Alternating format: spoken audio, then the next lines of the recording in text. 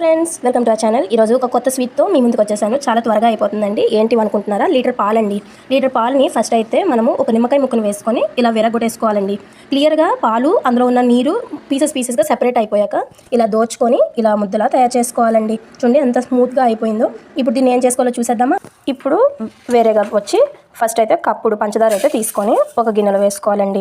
కొంచెం పక్కన పెట్టుకోండి. ఇలా ఫస్ట్ అయితే గిన్నెలో వేసుకోవాలి. దీన్ని ఇప్పుడైతే కొంచెం వాటర్ వేసి మరిగించేయాలండి. ఓ ఫుల్ కప్ పంచదారకి ఒక హాఫ్ గ్లాస్ వాటర్ అయితే వేస్తున్నామండి. చూసారా, ఇలా అయితే ఇలా చక్కగా బాయిల్ చేసుకోవాలండి. పంచదార అంతా నీట్గా వాటర్ లాగా కరిగిపోవాలి. కరిగిపోయాక ఏం చేయాలో చెప్పేస్తా.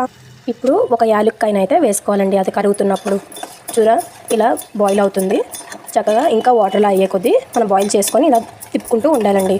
ఇప్పుడు ఇలా మరిగిన తర్వాత మనం ఏదైతే వడకట్టుకున్నామో ఆ పాలు విరిగిన దాంట్లో నుండి అది అయితే ఇందులో వేసేయాలండి. వేసేస్తున్నప్పుడు కలుపుకుంటూ అది వేయాలండి. చూసేసారా, ఇలా అయితే మొత్తం వేసేసుకో ఉండాలి.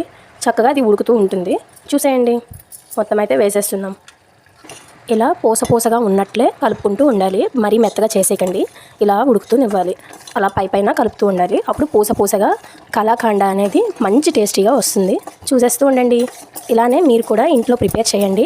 ఎలా వచ్చిందో కామెంట్ సెక్షన్లో కామెంట్ చేయండి. అందరూ చూస్తున్నారు కానీ లైక్, షేర్, సబ్స్క్రైబ్ ఎవరు చేయట్లేదండి. ప్లీజ్ అండి, కాస్త చేయండి. చేస్తే మాకు ఎంకరేజింగ్గా ఉంటుంది. అలానే మేము ఇంకా ఎక్కువ వీడియోస్ చేయడానికి ఇంట్రెస్ట్ చూపించి మీకోసం మీ ముందుకు వచ్చేస్తాం.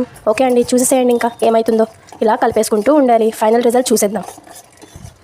ఇదే అండి ఫైనల్గా. ఇలా దగ్గరికి అయితే అయిపోతుంది. మా ఇంట్లో వాళ్ళు మరీ బయట దొరికే స్వీట్ ముక్కల్లో అయితే వద్దు అంటారు. ఇలా కొంచెం లిక్విడ్గా అయితే బాగుంటుంది అని అంటారు. కానీ ఇది కొంచెం మన ప్లేట్లో వేసేసరికి గట్టిగా బయట స్వీట్లా అయిపోతుంది. చూడండి, ఈ మాత్రం థిక్నెస్ అయిన తర్వాత స్టవ్ ఆఫ్ చేసుకొని మనమైతే ఒక బౌల్లో తీసేసుకోవాలండి. చూసారా, పర్ఫెక్ట్గా మనకి కలాకండ అనేది తయారైపోయింది. చాలా ఈజీ ప్రాసెస్. ఇంట్లో కూడా మీరు చేసుకోవచ్చు. చూడండి ఎంత పర్ఫెక్ట్గా పూసగా చాలా యమ్మీగా అయితే వచ్చేసింది. ఇలా మీరు కూడా ఇంట్లో చేసుకొని ఎలా వచ్చిందో కామెంట్ సెక్షన్లో కామెంట్ చేసేయండి. మర్చిపోకండి లైక్, షేర్, సబ్స్క్రైబ్.